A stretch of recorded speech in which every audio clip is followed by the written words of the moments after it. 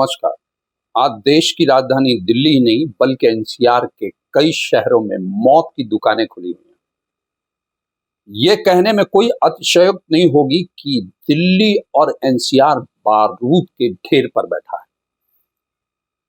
दिल्ली के अलावा जो उत्तर प्रदेश में गाजियाबाद, नोएडा और ग्रेटर नोएडा और हरियाणा में जो सटे हुए इलाके हैं दिल्ली से फरीदाबाद और गुड़गांव, यहाँ पर कमोवेश यही स्थिति है। आज भूमाफिया नेताओं और अधिकारियों के साथ साठ-गांठ कर अवैध कब्जा करता है, बहुमंजिला इमारतें बनाता है, अवैध तरीके से बिल्डिंग बाय लॉज को पूरी तरीके से वायलेट करता है और इसके बाद जो है वो आम लोगों को बेच देता है और लोगों के जीवन से खिलवाड़ कर रहा है। ना उसे इस बात की चिंता है कि बेसमेंट मानक के अनुरूप बना है या उसमें फायर फाइटिंग के पर्याप्त उपकरण लगे हैं, हार्वेस्टिंग सिस्टम लगाया गया है, नहीं लगाया गया है।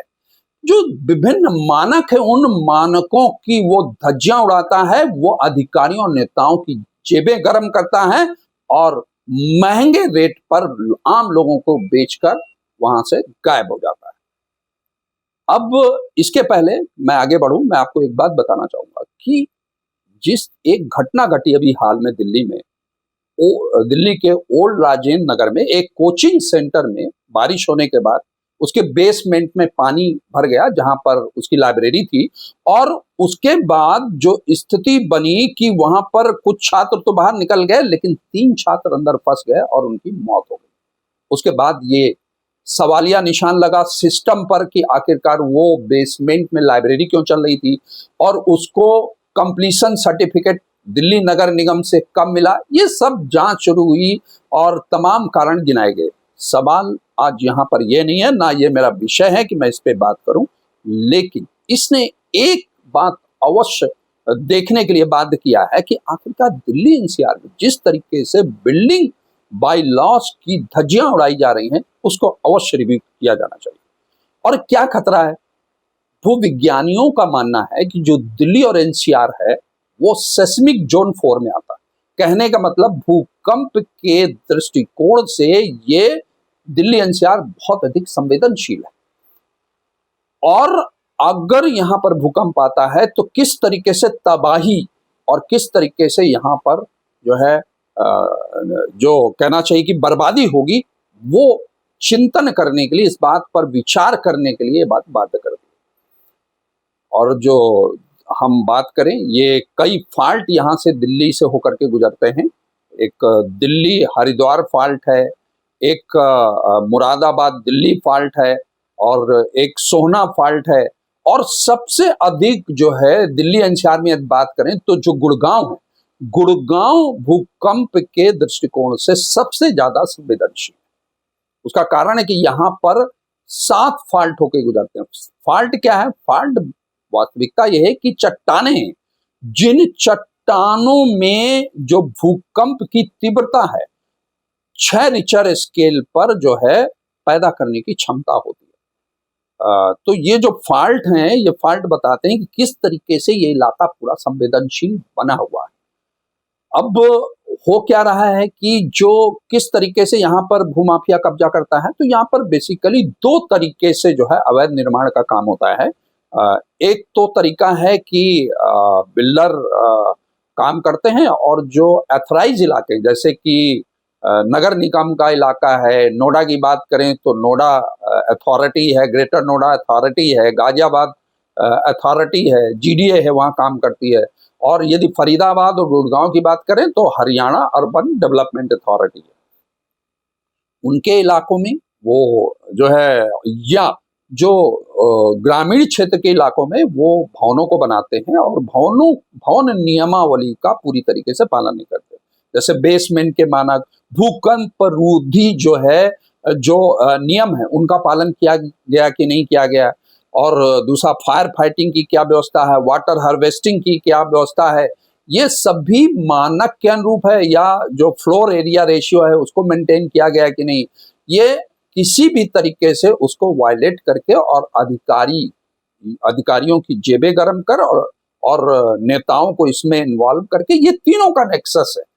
इन तीनों के 60 गांठ से कंप्लीशन सर्टिफिकेट मिल जाता है और फिर वो जो बिल्डर है, जो भूमाफिया है, उनको कमर्शियल और रिहायशी मतलब दोनों तरीके की मंजिलें बन गई। यहाँ तक कि बड़े बड़े मॉल, नोएडा की बात करूं, गाजियाबाद की बात करूं, ग्रेटर नोएडा की बात करूं, कौन सा ऐसा गांव है जिसके आसपास इस तरीके के मॉल नहीं बन गए हैं या भवनों को बना करके जो है मानकों का उल्लंघन कर और सर्टिफिकेट भी प्राप्त कर लिया गया है। इसी तरह देखिए ओल्ड राजेंद्र नगर का मामला देखिए, वहां क्या हुआ था अभी कुछ ही दिनों पहले, नगर निगम ने बकायदे कंप्लीशन सर्टिफिकेट दिया था इसको, कोचिंग सेंटर को।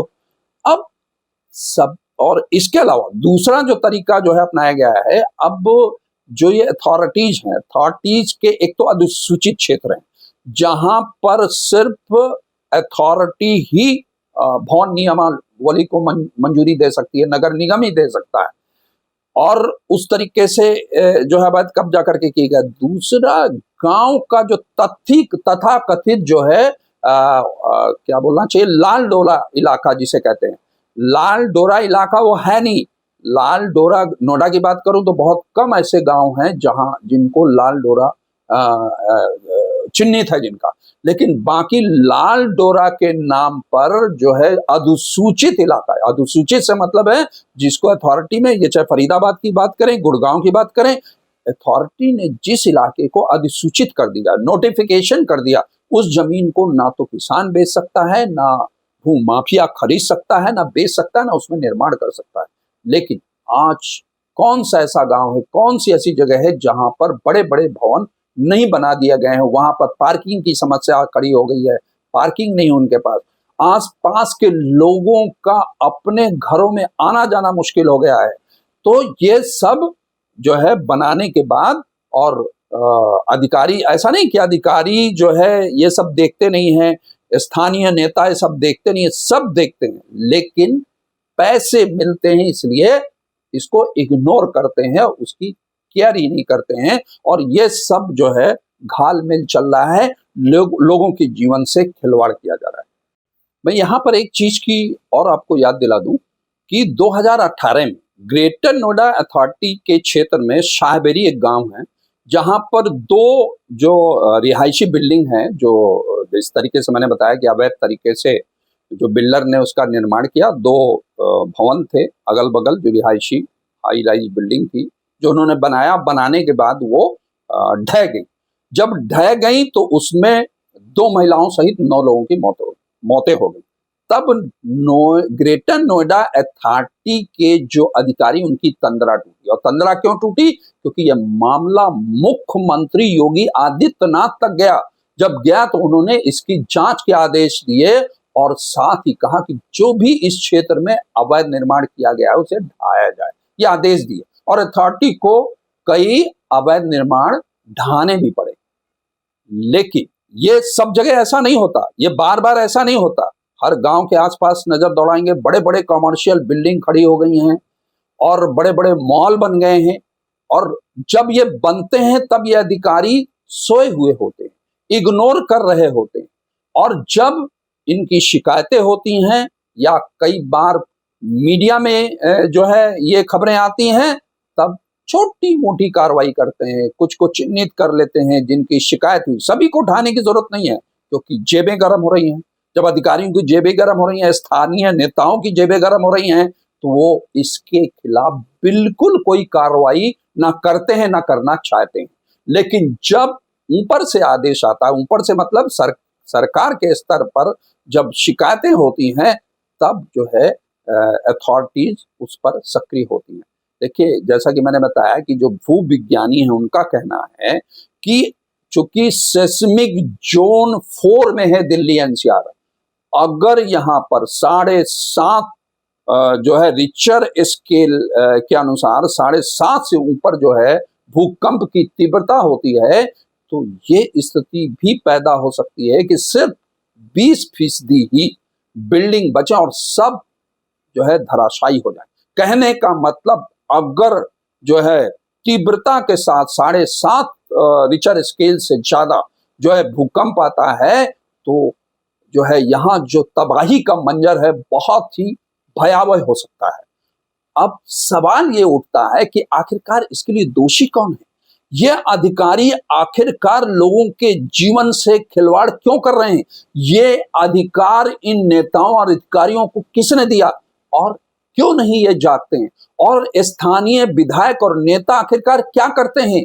क्या उनकी ये जिम्मेदारी नहीं है कि जिस तरीके से लोगों के जीवन को संकट में डाला जा रहा है वो उसको बचाएं और ये पैसे से जो है समझौता करने की जगह लोगों के जीवन के बारे में सोचें, जिसके लिए जनता ने उनको चुना है।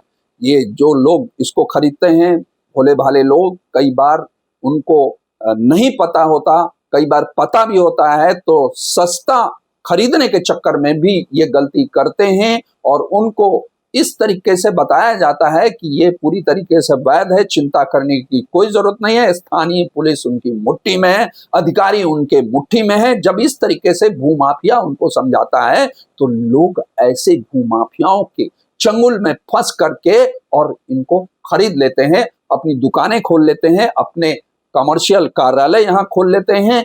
तो ये एक बहुत बड़ा और बड़े आश्चर्य की बात है कि इस तरीके के जो अवैध मॉल हैं, कॉम्प्लेक्सेस हैं, उनमें बैंक खुल चुके हैं, बड़े बड़े शोरूम खुल चुके हैं। मतलब यहाँ तक कि आप देखेंगे कि बड़ी बड़े जो ब्रांडेड शोरूम है गाड़ियों के और यहाँ कपड़ों के, इस तरीके के वहाँ शोरूम खुल चुके हैं और कोई सवाल उस पर उठाना नहीं चाहता। लेकिन अगर ईश्वर ना करे कोई जो है प्राकृतिक विपदा आती है, भूकंप जैसी, तो फिर उसके बाद क्या होगा, कौन किसको दोषी ठहराएगा और फिर से जांच शुरू होगी, इंक्वायरी होगी, कमेटी बनाई जाएगी, अदालत में मामला जाएगा। लेकिन जो लोग इस हादसे का शिकार होंगे, जिनकी मौतें हो चुकी होंगी, उन जीवनों को वापस नहीं लाया जा सकेगा। तो आज के लिए बस इतना ही। मैं ये सवाल आपके समक्ष छोड़ता हूं, फिर मिलते हैं एक नए मुद्दे के साथ।